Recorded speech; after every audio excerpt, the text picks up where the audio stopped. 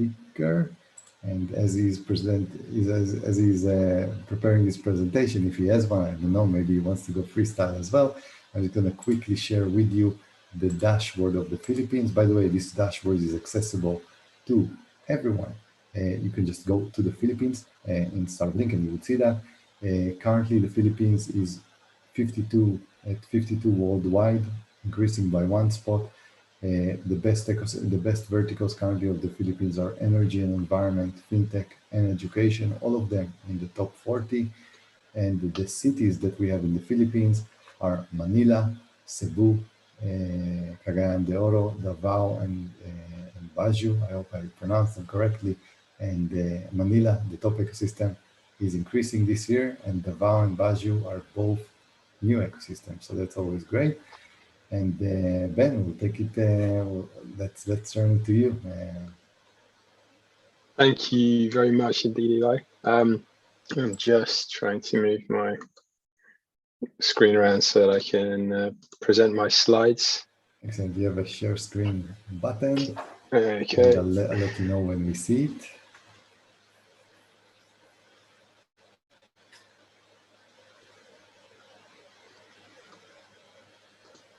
So Ben, I'll just say that this from ID Space and the QBO, two very dominant organizations in the Philippines, and it's really great to see how this ecosystem is growing and becoming a regional player. Ben, go for it. Fantastic. Can you see the PowerPoint slides there? Yes, we can.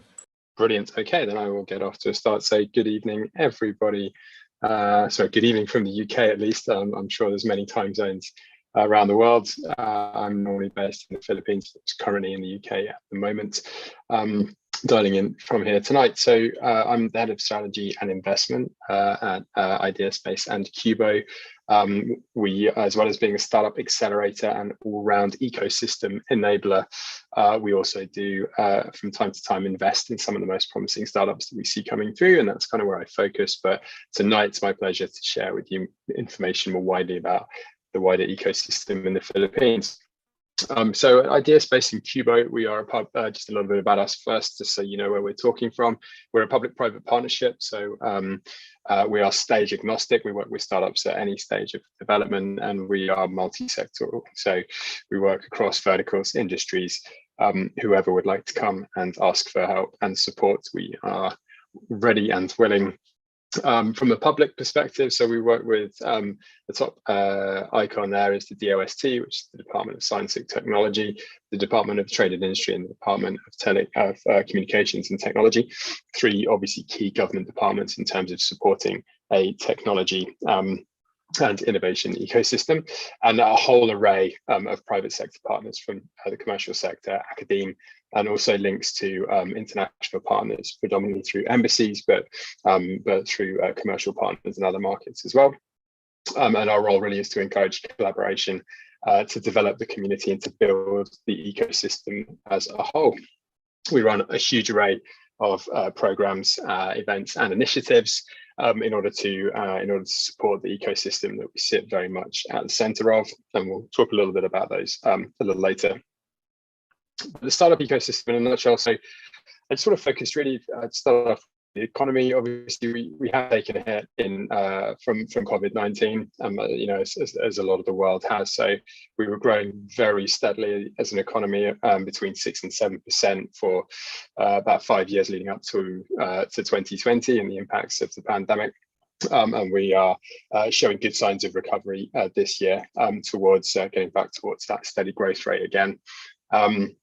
From people perspective, a lot of people know of Indonesia as being a standout sort of market in the Southeast Asia region, but with 110 million people in the Philippines, we are a very sizable marketplace of our own, with incredibly high literacy rate, which we're very proud. And from an industry perspective, and this is where I'd like to really sort of call everyone's attention, given the focus on technology and infrastructure, we're at a hugely high mobile penetration rate. So a lot of people connected with devices, which obviously makes for a very attractive marketplace. These numbers are out of date already. They are constantly changing every day. So angel investors. We're uncovering new angel investors that are moving out of traditional investment options and into the world of startups. Incubator and accelerator programs popping up all over the place. We are past 500 startups of our own at Cubo Idea Space now in our own ecosystem. A lot of commercial office space converting to new co-working spaces given the pandemic, and more and more VCs, both domestic, but also coming active from international markets coming into this ecosystem as well. A lot to talk about on the slide, but I really just want to focus your attention on the middle 4 bullet points on the right-hand side. Especially the bottom 2, the proficiency of English of the growing tech talent resources in the Philippines is unbelievable. Students are choosing computer science courses over traditional courses because they want to avoid the traditional jobs of accountancy, law, medicine, etc. And the amount of tech talent that is coming through to support startups and empower startups is incredibly notable, and also our global diaspora. So we don't just have to rely on our marketplace at home. We have Filipinos all around the world, which also helps. It's fantastic to see the Philippines up 1 place to 53rd. A little disappointing it's just 1 place, but we will continue to try increasing that year on year and breaking into the top 50, which is certainly our target. Manila, great to see us at 88th globally and 17th in Asia, but as Eli mentioned earlier, it's great to see Cebu as our sort of second major city coming up 41 spots, so really making rises there, and also Cagayan to Oro, as was mentioned before, a new city coming in, and we have so many startups coming from that part of the Philippines, which is great to see. Some of the big names here, the startups that dominate our ecosystem are fintech and e-commerce. In the fintech space, Ayana and Quickfire have been around for reasonable times, moving payments across borders. Paymongo recently graduated from the Y Combinator Accelerator, and NextPay have are current members of that. So great to see fintech companies continuing to do well. And in the e-commerce area, if you haven't heard of Kumu yet, I'm sure you soon will, leveraging social media platforms to drive e-commerce capability. And Prosperno, One Export, and ChatGenie, all enablers of e-commerce capability amongst the SME marketplace in the Philippines. Moving on, reasons to move your startup or your investment interest to Manila. So huge amounts of early stage funding per startup, and a very affordable software engineer marketplace make good reasons for to be present. And I mentioned already before the tech talent, the age of the workforce, but also startup support, and we're going to talk a little bit more about that now. Government startup support programs initiatives include the Innovative Support Startup Act, which involves tax breaks, grants, and huge amounts of new startup support opportunities and resources for startups in the ecosystem. The Technology Business Incubator Network is a network of technology hubs and support resources that spans the width and breadth of the country, and really aims to make sure that we get innovation and development running not just in the Metro Manila area, but throughout the country.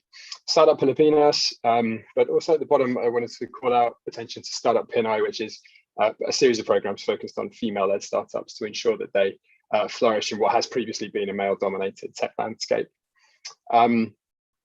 The ecosystem mapping project has identified these 2 cities, but is actually a project which again spans the length and breadth of the Philippines. We are aiming to make sure that founders anywhere in the country have an understanding and awareness of the resources and the network that's available to them to help them to be successful, to grow their startup and to be successful.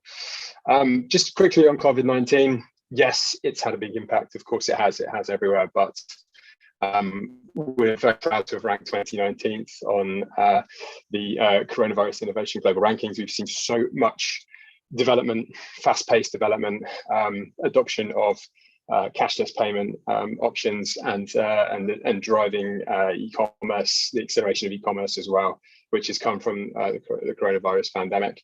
And we've seen the country react as well with providing resources and assistance, which has been welcome and will probably continue on after the pandemic has hopefully passed us by.